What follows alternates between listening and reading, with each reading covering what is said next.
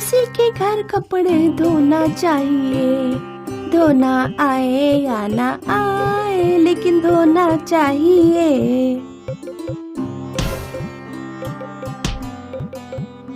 प्रियंका, अपने कपड़े हमारी टंकी पर क्यों धो रही हो? हाय राम, तुमने तो आधा पानी खर्च भी कर दिया। ओह गौरी बुआ, मैंने कपड़े धो लिए तो हाय राम, और सोनू जो आए दिन हमारी टंकी पर नहाकर चला जाता है उसका क्या? सोनू नौकरी पर जाता है, तुम्हारी तरह खाली नहीं है, और नहाने में ज्यादा से ज्यादा आधा बाल्टी पानी खर्च होता होगा।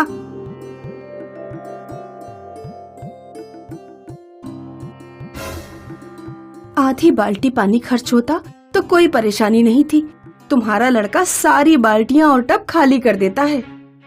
लो, बेटी के पीछे अब माँ भी लड़ने आ गई। प्रियंका और सोनू के परिवार एक दूसरे के पड़ोस में रहते थे। पानी के पीछे अक्सर उनके बीच लड़ाई होती रहती थी। प्रियंका के पिता नहीं थे। दोनों माँ बेटी दिए, मटके और मिट्टी के बर्तन बनाकर खर्चा चलाती थी।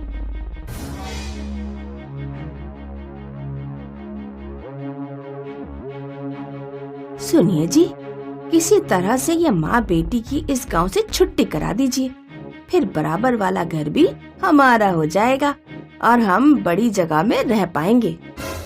तो सोनू की प्रियंका से शादी करवा देते हैं। तुम्हारा दिमाग खराब है क्या? कहाँ हमारा सोनू इतना पढ़ा लिखा और कहाँ वो प्रियंका 5वीं पास। वो हमारे सोनू के लायक नहीं है, और वैसे भी मैं तो अपने सोनू की शादी किसी अमीर घर में करूँगी। हमें बस उनका घर चाहिए। कुछ ऐसी चाल चलिए कि ये माँ बेटी गांव छोड़कर ही चले जाएं। ये तो बहुत आसान है, मेरी बात ध्यान से सुनो। एक दिन गौरी प्रियंका के घर गई। प्रियंका, तुम्हारी माँ कहाँ है? माँ माल पहुँचाने बाजार गई है। ये लो खीस, मेरे मायके से आया है, बहुत ज्यादा आ गया है, इसीलिए मैंने सोचा थोड़ा तुम्हारे घर दे दूं। ये बात ठीक है कि हम लोग लड़ते झगड़ते रहते हैं, लेकिन आखिर हो तो तुम हमारी पड़ोसी ही ना। अगले दिन सुबह सुबह प्रियंका और उसकी माँ की आंख अपने घर के बाहर हो रहे शोर से खुलती है। प्रियंका, हमारे घर के आगे इतना शोर क्यों हो रहा है?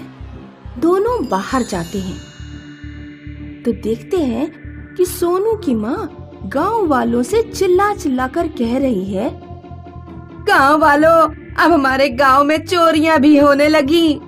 मैं अभी कुछ दिन पहले ही सोने के कंगन बनवा कर लाई थी, और वो इस प्रियंका और उसकी माँ ने चुरा लिए। किन कंगनों की बात कर रही हो?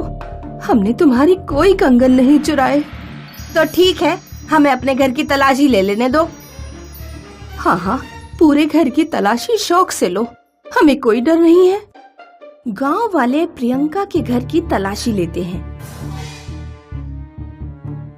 गौरी बिस्तर के नीचे से कंगन निकाल लेती है। ये देखो गांव वालों, ये रहे कंगन। अब तो कुछ भी कहना बाकी नहीं रह गया। हम चोरों को गांव में नहीं रख सकते। हाँ हाँ, ठीक कहा भाई, इन्हें गांव से बाहर निकालो। सारे गांव वाले मिलकर प्रियंका और उसकी माँ को गांव छोड़ने पर मजबूर कर देते हैं। माँ, अब हम कहाँ जाएंगे? तुम चिंता मत करो बेटी, जीतू मामा के यहाँ चलते हैं। प्रियंका और उसकी माँ गर्मी में पैदल चलने लगे।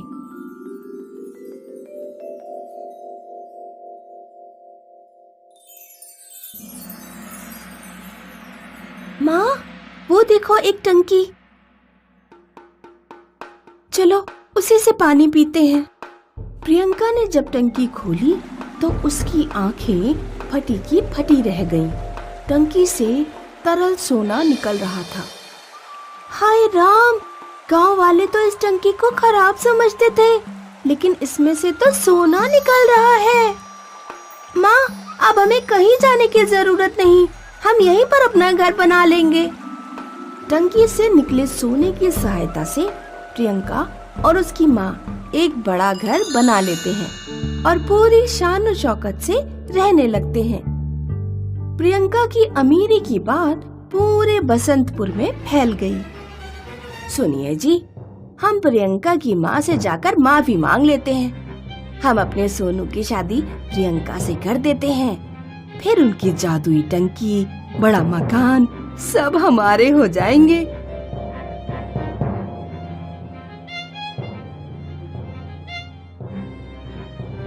पीछे जो कुछ भी हुआ हम उसे भूलकर आपसे माफी मांगने आए हैं। प्रियंका और सोनू साथ साथ ही बड़े हुए हैं, एक साथ खेले कूदे हैं। क्यों ना उनका विवाह कर दिया जाए। विवाह की बात तुम्हें उस समय याद क्यों नहीं आई, जब हम गरीब थे? पहले हम तुम्हारे लायक नहीं थे और अब तुम लोग हमारे लायक नहीं हो। निकल लो यहाँ से।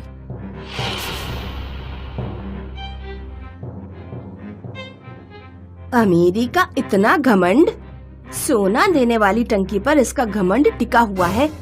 उस टंकी की पाइपलाइन कहीं से तो आती होगी, उसे तोड़ डालूंगी, फिर देखती हूँ किस चीज पर घमंड करेगी। एक रात गौरी अपने पति के साथ प्रियंका के घर के पीछे वाले जंगल में जाती है। वो और उसका पति खुदाई करना शुरू करते हैं। ये रही टंकी की पाइपलाइन। गौरी कुल्हाड़ी से पूरी पाइपलाइन तोड़ फोड़कर अपने घर लौट जाती है। अगले दिन पूरे गांव में हाहाकार मच गया। इतना शोर क्यों हो रहा है? लगता है कल रात हमने जो पाइपलाइन तोड़ी थी वो सोने वाली टंकी की पाइपलाइन नहीं बल्कि गांव में आ रहे पानी की पाइपलाइन थी। गांव में पुलिस आती है और पानी के पाइपलाइन तोड़े जाने की जांच करती है। गौरी और उसका पति पकड़े जाते हैं। उन्हें पानी के पाइपलाइन तोड़ने के जुर्म में जेल हो जाती है। इस कहानी से हम ये सीखते हैं कि दुष्ट लोग दूसरों का नुकसान करने के चक्कर में अपना ही नुकसान कर बैठते हैं।